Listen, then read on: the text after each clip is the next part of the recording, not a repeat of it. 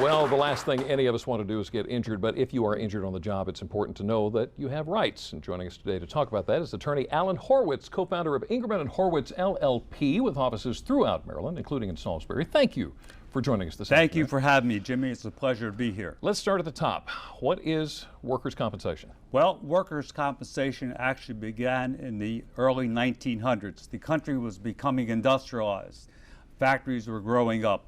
People had horrible working conditions. If they were injured, the employer said, hit the street. I don't need you. You can't work. The government said, listen, Mr. Employer, you're receiving a benefit by having these people work for you. Right. We're going to require you to carry workers' compensation insurance. What workers' compensation does is compensates an injured worker, pays for his or her medical bills, his or her lost wages, and if you have any permanent disability, after you finish all your medical attention, you receive compensation for your disability. Okay, so we're talking injuries. What kind of injuries are covered? All types of injuries are covered. If you receive a physical injury, if you slip and fall while you're on the job, if you're involved in an automobile accident while you're on the job, if you're lifting a patient, if you're a nurse on the job. These are physical injuries that are covered. Other types of injuries that are covered are called occupational injuries. These injuries usually consist of something that's unique to your job. For example, a secretary has repetitive motions in their hands, and they're subject to carpal tunnel injuries. These are compensable. Also, injuries where environmental factors, you may be working in a chemical factory and the toxicity level requires that you have, or has you have a respiratory illness. This is also recovered. Well, I'm glad you mentioned that. So are long-term injuries or illnesses, are they covered by workers' comp? Everything is covered by, any type of injury is covered. And if you have an injury on the job, you're entitled to medical attention for the rest of your life in conjunction with that injury. Ah, okay. So let's say something happens at work, yes, and we have to start the process for workers' comp. Yes. This isn't a simple thing, so how long should we prepare ourselves for to get the process underway and get it going? Well, the reality of the situation is, I feel that the most important thing for you to do is contact an attorney, because an attorney will be able to advise you and help you. It's not an easy process to go through. You must remember that on the other side are going to be highly skilled attorneys who work for the insurance company, and their job is to minimize what you recover as a worker. Your attorney, his job is to maximize your recovery.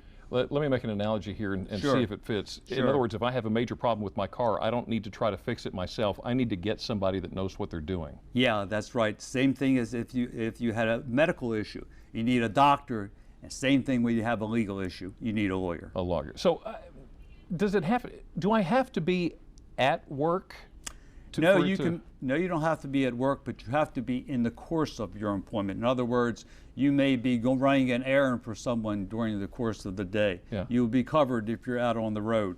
As a matter of fact, you could be doing anything that is in furtherance of your employer's business. For example, you could be playing softball on the team, which is for the employer's benefit, because that develops cohesiveness in the workplace. And if you're injured playing softball or playing football for your employer, that is covered. Well, I got to tell you the truth. If I'm playing on the softball team and I try to steal second and I turn my ankle, I'm going to be really hesitant to go after my employer with workers' compensation.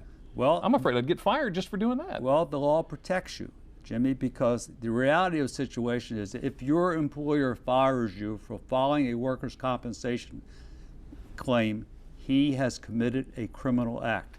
The law provides that if you do file the claim and he fires you, he is subject to a fine and imprisonment. Wow. So I am protected. Yes, sir, you are protected. Of course, they want you to think, the insurance companies want you to think that if you do this, you're going to lose everything that you have.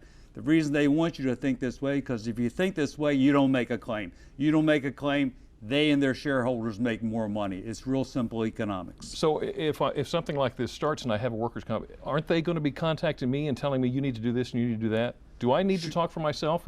No, that's why you have a lawyer. That's the purpose of having a lawyer.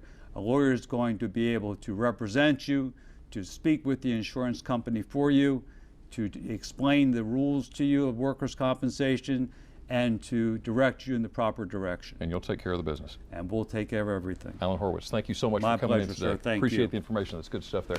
Now, if you would like more information on Ingerman and Horwitz LLP, including contact information, it's very easy to get. You can go to delmarvalife.com